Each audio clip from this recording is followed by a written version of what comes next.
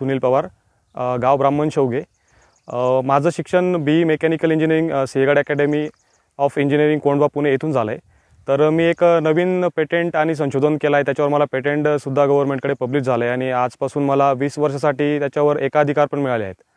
तर माझं संशोधन जे आहे शेतीसाठी खूप क्रांतिकारी असं ठरणार आहे। या संशोधनामध्ये मी एक नवीन ऑर्गॅनिक हायड्रोजल फॉर्म तयार केलेला आहे। तो पूर्णपणे स्टार्च मटेरियलपासून मी बनवला आहे।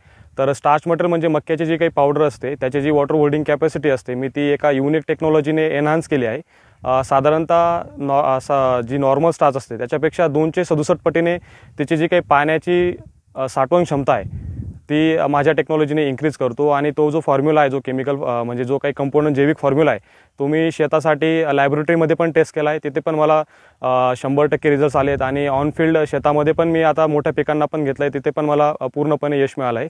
आणि जे काही कृषी विभागाचे झाडं होते, वन विभागाचे जे काही झाडं होते रस्त्याने लावलेले, तर त्यांनासुद्धा अक्षरशः सुकलेल्या झाडांना मी तो फॉर्म्युला जेव्हा दिला तेव्हा झाडं हे सुकलेल्या परिस्थितीमध्ये होतं आणि साधारणतः 1 ते दीड महिन्यानंतर आता ते पूर्ण झाडं पूर्णपणे हिरवेगार आणि बहरलेल्या स्वरूपात मला मिळाले।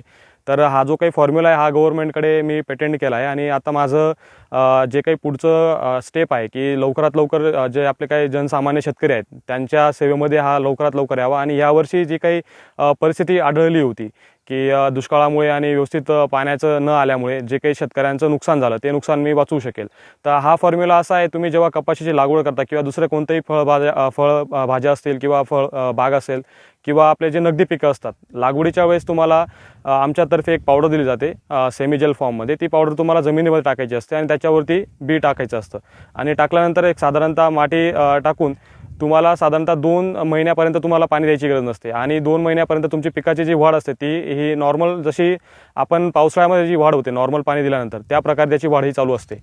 आणि याचा अजून जो काही दुसरा फायदा आहे, जे काही फॉर्म्युला मी डेव्हलप केला आहे तो पूर्णपणे जैविक आहे आणि त्याची जी सेल्फ लाईफ आहे म्हणजे त्याची जी काही जमिनीमध्ये राहण्याची क्षमता आहे ती 6 महिन्यापर्यंत आहे। म्हणजे एकदा तुम्ही दिलं तर ते 6 महिन्यापर्यंत काम करू शकतं आणि समजा तुमचा 2 महिन्याचा जो काही कालावधी आहे तो संपल्यानंतर तुमच्या विहिरीमध्ये जर पाण्याचा सापटा असेल किंवा तुमच्याकडे जर पाण्याची अवेलेबिलिटी असेल बाहेरून, तर तुम्हाला फक्त महिन्यामध्ये 10 ते 15 मिनिटं त्याला पाणी द्यायचं आहे ठिबक सिंचनाद्वारे, तरीसुद्धा त्याची जी काही रिचार्जिंग प्रोसेस आहे ती पूर्ण होते आणि परत तुम्हाला 1 ते दीड महिना परत तुम्हाला कालावधी मिळतो।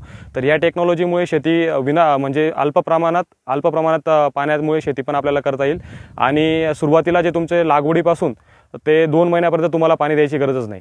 आणि हा जो फॉर्म्युला आहे पूर्णपणे सेंद्रिय आणि जैविक असल्यामुळे हा जमिनीत 6 महिन्यानंतर ऑटोमॅटिक विघटित होतो आणि ते विघटित झाल्यानंतर त्याचं जे काही कन्व्हर्जन आहे ते NPK म्हणजे नत्र, नायट्रोजन, फॉस्फेट आणि पोटॅशियममध्ये कन्वर्ट होतं। याचे मी जे काही प्रूफ्स आहेत ते सॉईल टेस्टिंगमध्ये आम्हाला मिळून आलेत।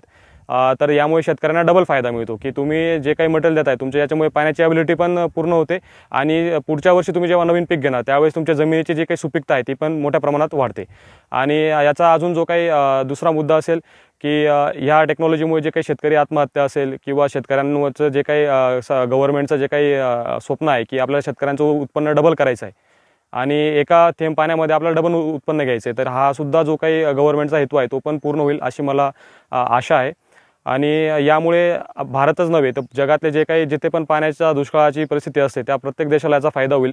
उदाहरणार्थ तुमचं इस्रायल असेल, सौदी अरेबिया असेल, इराण असतील, या अशा सर्व देशांमध्ये आपल्याला आता शेती करणे पण यामुळे शक्य होईल आणि हे जे मटेरियलची कॉस्ट आहे ती शेतकऱ्याला खूप परवडणारी आहे। आता मी जेव्हा म्हणजे ट्रायल बेसवर जेव्हा मी फॉर्म केलं तेव्हा मला एका एकरसाठी साधारणतः 1000 ते 1200 रुपये खर्च आला। जेव्हा आपण याला अजून मास प्रोडक्शन मोठ्या प्रमाणात जेव्हा करू तर याची किंमत आपल्याला अजून कमी करता येईल, म्हणजे 500 ते 600 रुपये पर एकरमध्ये आपल्याला ते रान लावता येईल। आणि आतापर्यंत पूर्ण जगामध्ये अशा प्रकारची टेक्नॉलॉजी अवेलेबल नव्हती, एवढ्या स्वस्त दरामध्ये शेतकऱ्यांना हे सोल्युशन अवेल करता नव्हतं येत।